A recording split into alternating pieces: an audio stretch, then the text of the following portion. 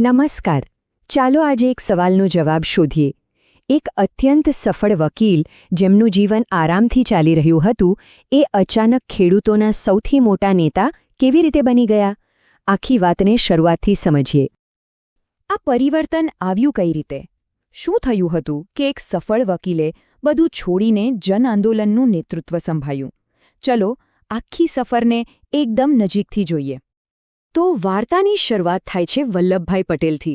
એ વખતે એ એક ખૂબ જ સફળ અને નામાંકિત વકીલ હતા.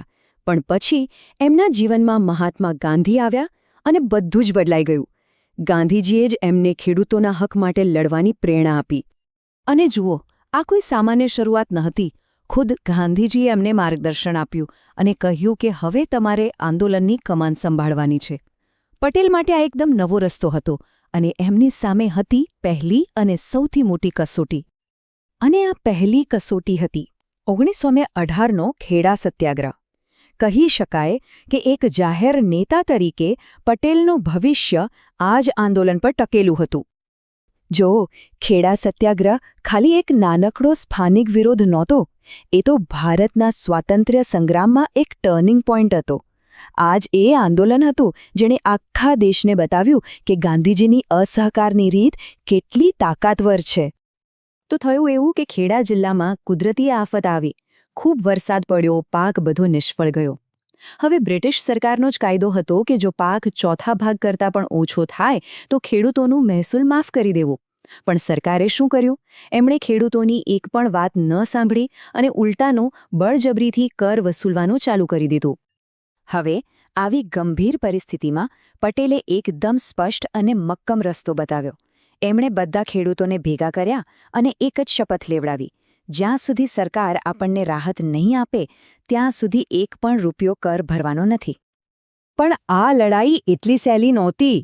એક તરફ પટેલે ગામે ગામ ફરીને લોકોને તૈયાર કર્યા, તો બીજી તરફ સરકારે દમનનો રસ્તો અપનાવ્યો. લોકોની જમીનો, એમના પશુઓ બધું જપ્ત થવા લાગ્યું. પણ ખેડૂતો ટસના મસ ન થયા. એ લોકો અડગ રહ્યા અને આખરે સરકારને ઝૂકવું જ પડ્યું. એ એક બહુ મોટી જીત હતી. ખેડા તો ખાલી શરૂઆત હતી. જાણે એક ટ્રેલર. અસલી ફિલ્મ તો 10 વર્ષ પછી શરૂ થવાની હતી, બારડોલીમાં. આ વખતે લડાઈ પાક નિષ્ફળ જવા સામે નહોતી, પણ સરકારના એક અત્યાચારી નિર્ણય સામે હતી.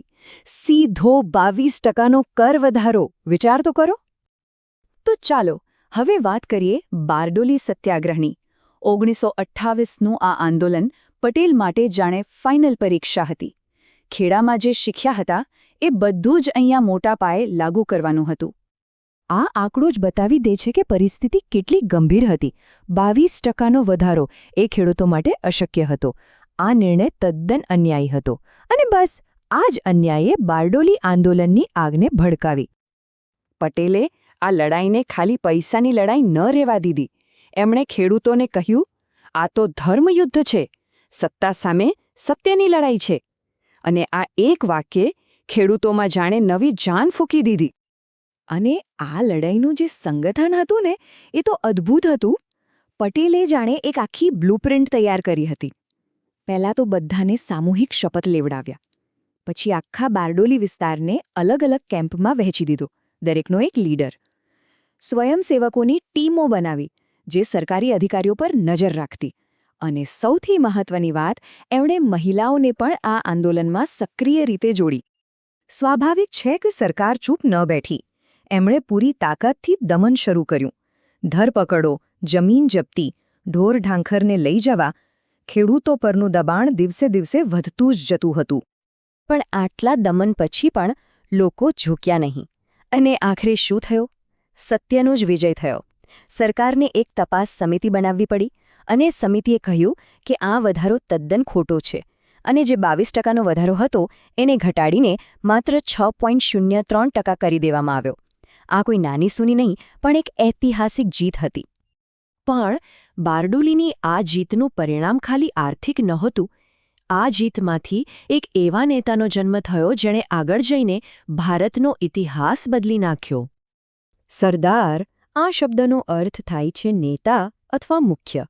આ એક એવો શબ્દ છે જેમાં સન્માન છે, તાકાત છે, અને આ જ શબ્દ વલ્લભભાઈ પટેલની ઓળખ બની ગયો.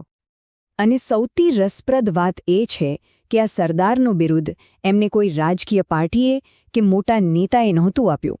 આ સન્માન તો સીધું એ લોકો પાસેથી આવ્યું હતું જેમણે એમની સાથે રહીને આ લડાઈ લડી હતી. બારડોલીની મહિલાઓએ એમના અડગ નેતૃત્વના સન્માનમાં એમણે વલ્લભભાઈને સરદાર કહ્યા અને ત્યારથી વલ્લભભાઈ પટેલ આખા દેશ માટે સરદાર પટેલ બની ગયા.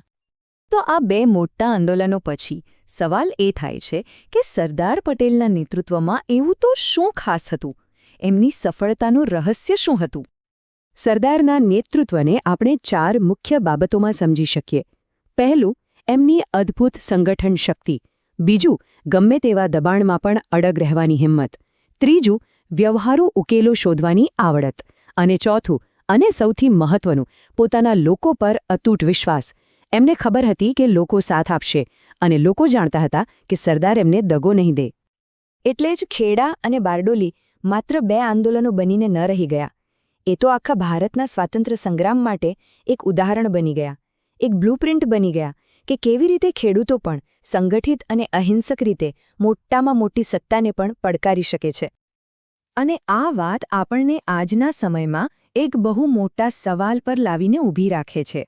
સરદાર પટેલે જે રસ્તો લગભગ 100 વર્ષ પહેલાં બતાવ્યો હતો, શું એ આજે પણ એટલો જ કામનો છે? શું આજે પણ સંગઠિત અને અહિંસક વિરોધથી મોટા પરિવર્તન લાવી શકાય છે? આ પ્રશ્નનો જવાબ આપણે સૌએ વિચારવાનો છે.